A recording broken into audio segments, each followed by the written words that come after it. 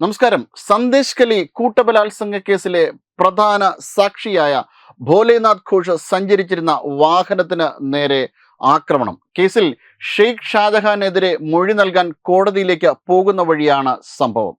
ആക്സിഡന്റിൽ അദ്ദേഹത്തിന്റെ മകൻ കൊല്ലപ്പെട്ടു. തലനാടിരയ്ക്കാണ് ഭോലേനാഥ് രക്ഷപ്പെട്ടത്. 64-കാരനായ ഭോലേനാഥിന്റെ മുഖത്തും കഴുത്തിലും പരിക്കേറ്റിട്ടുണ്ട്. മകൻ പിൻ സീറ്റിൽ ഇരിക്കുകയായിരുന്നു. സംഭവ സ്ഥലത്ത് വെച്ച് തന്നെ മകന്റെ ജീവൻ നഷ്ടപ്പെട്ടു. CCTV കവറേജ് ഇല്ലാത്ത ഭാഗത്ത് നസാമത്ത് പോലീസ് സ്റ്റേഷന് അടുത്ത് വെച്ചിട്ടായിരുന്നു ഈ സംഭവം നടന്നത്. സന്ദേശ് കലിക്ക് 12 കിലോമീറ്റർ അകലെയാണ് ഈ നസാമത്ത് പോലീസ് സ്റ്റേഷൻ. നസാമത്ത് പോലീസ് സ്റ്റേഷനും ബോയമാരി പെട്രോൾ പമ്പിനും ഇടയിൽ വരുന്ന സ്ഥലത്ത് രാവിലെ 9:17 സംഭവം. ഷാജഹാൻ ഇത് ജയിലിലിരുന്ന് തന്നെ ആസൂത്രണം ചെയ്തതായിരുന്നു എന്നാണ് റിപ്പോർട്ടുകൾ പറയുന്നത്. നേരിട്ട് അറിയാവുന്ന ഡ്രൈവറാണ് വാഹനം ഇടിച്ചു കയറ്റിയത് എന്ന് കുടുംബം പറയുന്നു.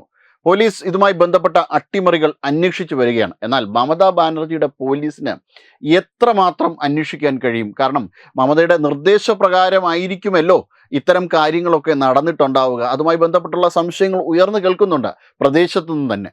തൃണമൂൽ കോൺഗ്രസിന്റെ 24 നോർത്ത് പരഗണയിലെ ഏറ്റവും ശക്തനായ ജില്ലാ പരിഷത്ത് ഭാരവാഹിയായിരുന്നു ഷാജഹാൻ. ഒന്നിലധികം കൂട്ട ബലാത്സംഗ കേസുകളിലും ഭൂമി കയ്യേറ്റ കേസുകളിലും പ്രതിയായിരുന്നു ഇയാൾ. വളരെ വ്യാപകമായ ആക്രമണങ്ങളായിരുന്നു അവിടുത്തെ ഹിന്ദുക്കൾക്ക് നേരെ ഇയാൾ ചെയ്തു വന്നിരുന്നത്. ഇതിനെതിരെ വലിയ പ്രതിഷേധങ്ങൾ ഉണ്ടായപ്പോൾ പോലും ഇയാളെ അറസ്റ്റ് ചെയ്യുവാനായിട്ട് തൃണമൂൽ സർക്കാർ തയ്യാറായിരുന്നില്ല. ഇയാൾക്ക് പിന്തുണ കൊടുക്കുകയായിരുന്നു.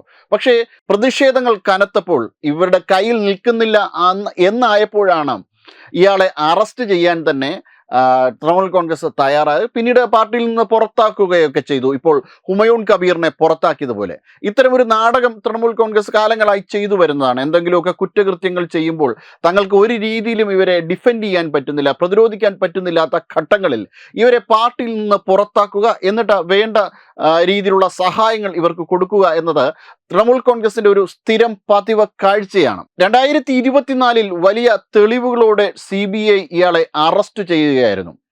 മമതയുടെ ടീമിൽ നിന്ന് ഇയാളെ പുറത്താക്കി. ഒരു കാലത്ത് ഷാജഹാന്റെ അടുത്ത സുഹൃത്തായിരുന്നു ഈ ഘോഷ്. എന്നാൽ കേസിൽ ഇദ്ദേഹം പ്രധാന സാക്ഷിയായി മാറി. ഷാജഹാന് വലിയ ദേഷ്യം ഇതും ഉണ്ടാക്കി. കാർ ഡ്രൈവറായിരുന്ന ഷഹാനൂർ മുല്ലയുടെ അരികിലായിരുന്നു ഘോഷ് ഇരുന്നത്. മകൻ സത്യജിത്ത് പിൻ സീറ്റിലായിരുന്നു ഇരുന്നത്. വീണപ്പോൾ ഷഹാനൂരിനും മകൻ സത്യജിത്തിനും വലിയ രീതിയിലുള്ള പരിക്കേറ്റു. അതുകൊണ്ട് തന്നെയാണ് അദ്ദേഹം മരണപ്പെട്ടത്. ഒടുവിൽ വാഹനം 2 മുറിച്ച് എടുത്താണ് മകനായ സത്യജിത്തിനെ പുറത്തെടുത്തത്. കൊൽക്കത്തയിലെ സ്വകാര്യ ആശുപത്രിയിലേക്ക് പ്രവേശിപ്പിച്ചു. ഘോഷിനെ വൈകുന്നേരത്ത് ഡിസ്ചാർജ് ചെയ്യുകയായിരുന്നു. ട്രക്കിടിച്ച് അടുത്ത നിമിഷം തന്നെ ഘോഷ് പുറത്തേക്ക് ചാടി. അതുകൊണ്ട് തന്നെയാണ് ജീവൻ രക്ഷപ്പെട്ടത്. എന്നാൽ സത്യജിത്തിന് ഈ രീതിയിൽ രക്ഷപ്പെടാൻ സാധിച്ചില്ല.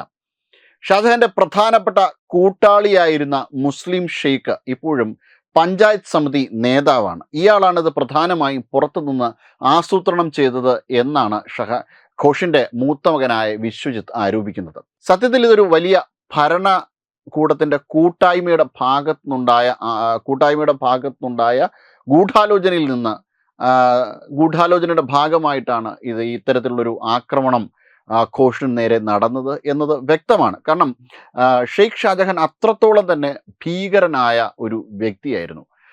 24 പരഗണ 24 പരഗണയുടെ ആ ഒരു സമയത്തൊരു ചരിത്രം നമുക്ക് പരിശോധിച്ചാൽ നമുക്ക് മനസ്സിലാകും എത്രയധികം സ്ത്രീകളാണ് ഇയാളുടെ ആക്രമണത്തിൽ പെട്ടത് എന്ന് നമുക്ക് എണ്ണിത്തിട്ടപ്പെടുത്താൻ പോലും കഴിയില്ല. അത്രയേറെ സ്ത്രീകൾ ഇയാളിൽ നിന്ന് ആക്രമണങ്ങൾ ഏറ്റുവാങ്ങി. അവിടുത്തെ ഒട്ടുമിക്ക മനുഷ്യരെയും ഇയാൾ ചൂഷണം ചെയ്തു, അവരുടെ സ്വത്തുക്കൾ തട്ടിയെടുത്തു. അങ്ങനെ നിരവധിയായിട്ടുള്ള കാര്യങ്ങൾ ഷെയ്ഖ് ഷാജഹാൻ അവിടെ ചെയ്തിട്ടുണ്ടായിരുന്നു.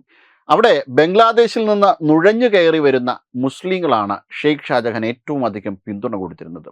അവരുടെ ഭീകരവാദ പ്രവർത്തനത്തിന് ഷെയ്ഖ് ഷാജഹാന്റെ തിരിച്ചുള്ള പിന്തുണയുണ്ടായിരുന്നു. ഹുമയൂൺ കബീർ ഉൾപ്പെടെ മുസ്ലിങ്ങൾ ഭാഗത്തിൽപ്പെട്ട MLA-മാരുടെ ഒരു ശക്തമായ ഗ്യാങ് മമതയ്ക്ക് വേണ്ടി അവിടെ പ്രവർത്തിക്കാനുണ്ടായിരുന്നു. ഈ ഗ്യാങ്ങാണ് മമതാ സർക്കാരിനെ കാലങ്ങളോളം അവിടെ പിടിച്ചു നിർത്തുന്നത്.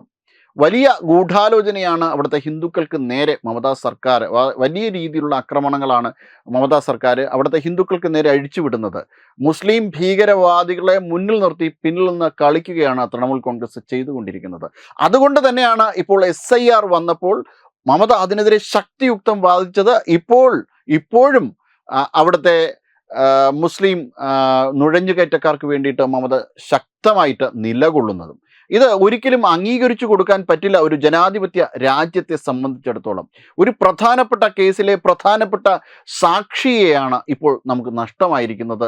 അയാളെ ക്രൂരമായി ആക്രമിച്ച് കൊലപ്പെടുത്തും. ഒരുപാട് ആൾക്കാരെ കൂട്ടബലാത്സംഗം ചെയ്തതിനോടൊപ്പം ആ കേസിലെ പ്രധാനപ്പെട്ട സാക്ഷിയും ഷെയ്ഖ് ഷാജഹാൻ കൊന്നുകഴിഞ്ഞു. ഇനി എന്താണ് മമതാ സർക്കാരിന് പറയാനുള്ളത് എന്ന് കാത്തിരുന്നു തന്നെ കാണേണ്ടി വരും. വെബ് ഡെസ്ക് തത്വമൈ ന്യൂസ്.